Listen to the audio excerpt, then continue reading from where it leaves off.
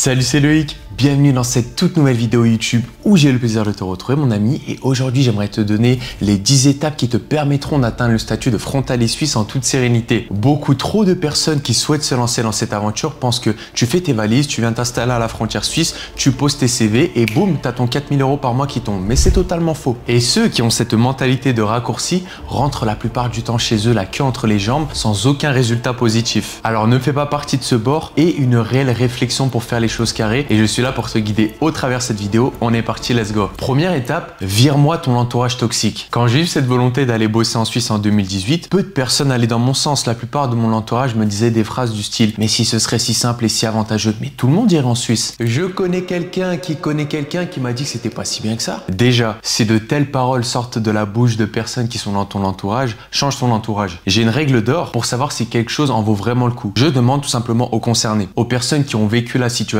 C'est le meilleur conseil que je peux te donner. Si un tel n'est pas légitime de te conseiller par rapport à un sujet ou quelque chose, rien ne sert de boire ses paroles. Surtout si son seul objectif de frustrer est de ne tout simplement pas voir les gens autour de lui s'élever, et crois-moi que tu as un bon nombre de personnes comme ça. Fais tes moves par toi-même, fais-toi confiance et fais-toi ta propre expérience. Des belles choses pourront te tomber dessus du côté de la Suisse, j'en suis persuadé et j'en suis la preuve, alors arrête d'écouter les bruits négatifs que tu peux entendre autour de toi. Deuxième étape, l'engagement personnel. Là on parle d'un vrai goal mon ami, un vrai objectif de vie. On n'est pas sur un j'aimerais perdre 5 kilos avant l'été, non. C'est un réel engagement personnel que tu dois faire avec toi-même. Il faut que tu aies conscience que devenir frontalier suisse va changer financièrement ta vie sur le court terme, mais sur le long terme peut t'amener à atteindre des sommets que tu n'imagines même pas, mais on en parlera plus tard dans cette vidéo. Tu as des personnes qui prennent ça à la légère, qui tentent le truc à la cool, mais non. Et encore plus durant cette période actuelle où le statut de frontalier suisse est démocratisé, notamment de par ma chaîne YouTube, puisqu'il y a de ça une dizaine d'années, la hype de venir travailler en Suisse, ça n'existait pas les amis, mais maintenant un bon nombre de personnes ont compris la qualité de vie et le bon salaire qu'on pouvait obtenir en venant travailler en Suisse. Ce qui veut dire que la concurrence est présente et féroce sur de nombreux secteurs d'activité. Tu ne peux plus te pointer avec 5 CV à Genève et espérer être recruté, ou du moins ça sera extrêmement compliqué. Donc avant de t'expliquer comment faire la différence, conditionne-toi mon ami. Vois ça comme une difficulté plutôt qu'un essai, car si tu perçois cela comme une balade, les 100 autres derrière qui ont la dalle te passeront devant, c'est une certitude. Troisième étape, adapter son CV et sa lettre de motivation. Étant dans le contexte que je t'ai expliqué juste avant, il va falloir se démarquer. Et se démarquer, c'est pas juste je vais faire mes preuves sur le terrain par rapport aux autres, mais ça passe directement par la lettre de motivation et le CV que tu vas proposer aux recruteurs suisses. Bien plus que de la simple paperasse sur ton passé dans le monde du travail,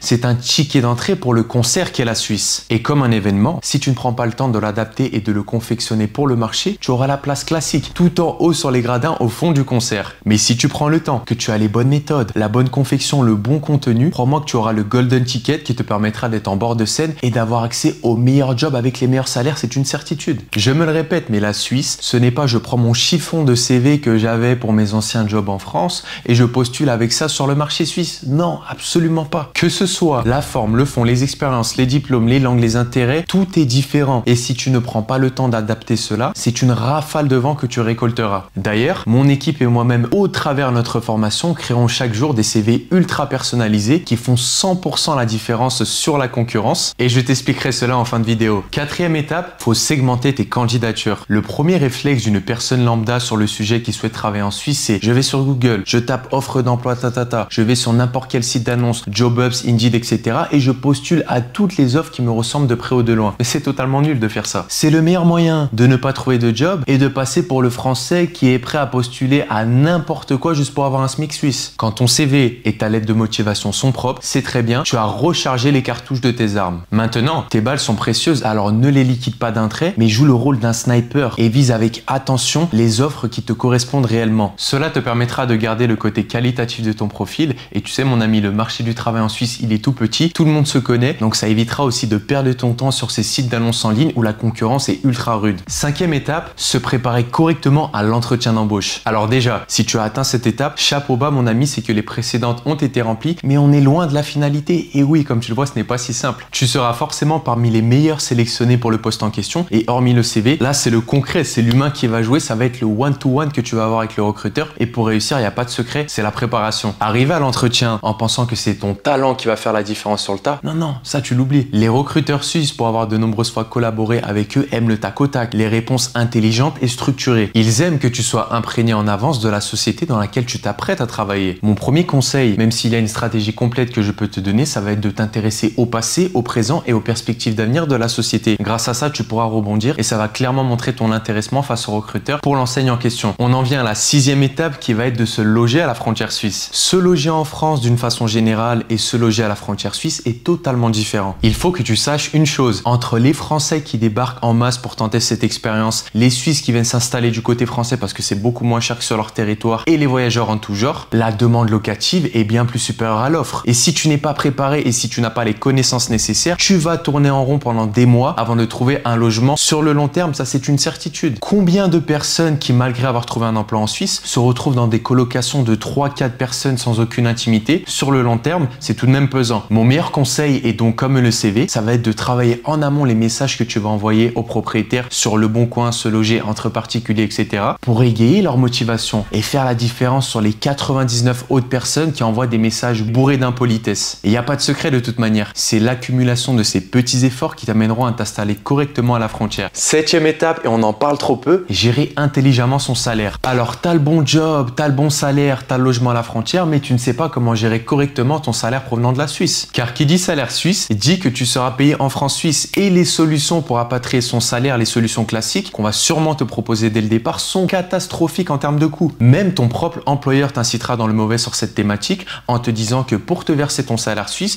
il te faut un IBAN suisse parce qu'ils ne prennent pas d'IBAN français, alors il te faut une banque suisse. C'est la pire des erreurs, car sur une année, ça représente des centaines et des centaines d'euros que tu vas perdre. Et en venant travailler en Suisse, je pense que ça serait un petit peu paradoxal de perdre de l'argent. 8e étape, choisir son assurance maladie. Tu ne le sais probablement pas, mais à ton premier jour de taf en Suisse, tu as 3 mois pour choisir entre l'assurance maladie française ou l'assurance maladie suisse. Et en fonction de ton profil et de ta situation, si tu fais le mauvais choix, là aussi ça peut te coûter bonbon. 3 mois, tu as ta nouvelle vie de frontalier suisse à mettre en place, crois-moi que ça passe ultra vite. Et si tu ne fais pas les choses à temps, tu seras directement affilié à l'assurance maladie suisse et en fonction de ton profil, ça peut être tout de même assez onéreux, donc ne t'inflige pas cette grosse erreur dès le départ. 9e étape, les à côté primordial du frontalier. On a parlé assurance maladie, mais si je te parle de retraite, chômage, congé payé, encore des sujets qui sont totalement indépendants à la Suisse et il faut les maîtriser. Cela correspond encore à une étape importante dans ce processus du frontalier. Et on en vient à la 10e étape, avoir un coup d'avance dans le futur. Cette dernière étape pour devenir frontalier est pour moi d'avoir l'esprit assez réfléchi pour visualiser son futur. Car comme je te l'ai dit en début de cette vidéo, ce statut peut te permettre d'atteindre des sommets, mais cela est propre à chacun. Et bien plus qu'un meilleur salaire, ça peut être un réel tremplin qui peut pourquoi pas te permettre d'investir dans l'immobilier et devenir rentier ou de commencer ta propre activité pour devenir ton propre patron. Une multitude de possibilités s'offriront à toi grâce à cette amélioration de finances et le fait de visualiser cela, ça te mettra encore plus un coup de boost et ça te permettra d'obtenir encore plus rapidement un job sur le territoire, j'en suis persuadé. Comme tu as pu le voir, devenir frontalier suisse n'est pas une simple action à faire mais un processus à mettre en place. Que ce soit la création de CV, de lettre de motivation, la préparation à l'entretien d'embauche, le domaine fiscal, le domaine bancaire, l'assurance maladie, etc. et encore une tonne de thématiques, forcément, il y a plein de ficelles à coordonner pour faire les choses correctement, mais si elles sont bien coordonnées, t'amèneront sereinement à obtenir cet objectif voulu. Alors si tu souhaites faire les choses en bonne et due forme pour trouver rapidement un job en Suisse et t'installer correctement à la frontière, mon équipe et moi-même pouvons t'accompagner dans le processus. Pour ceci, tu n'as qu'à cliquer sur le lien qui sera présent juste en dessous de cette vidéo. Au travers ce lien, tu as la présentation de mon programme Devenir frontalier suisse 2.0 qui a accompagné plus de 500 personnes comme toi à réussir cet objectif pour améliorer d'un trait leur situation professionnelle, financière, mais surtout personnelle pour être un peu plus épanoui au quotidien. Tu as le programme entièrement détaillé, les témoignages de mes participants et si tu as le feeling avec moi, ça sera un réel kiff de t'accompagner. En attendant les amis, je vous souhaite une excellente journée ou une excellente soirée. Je vous dis à très bientôt sur ma chaîne YouTube.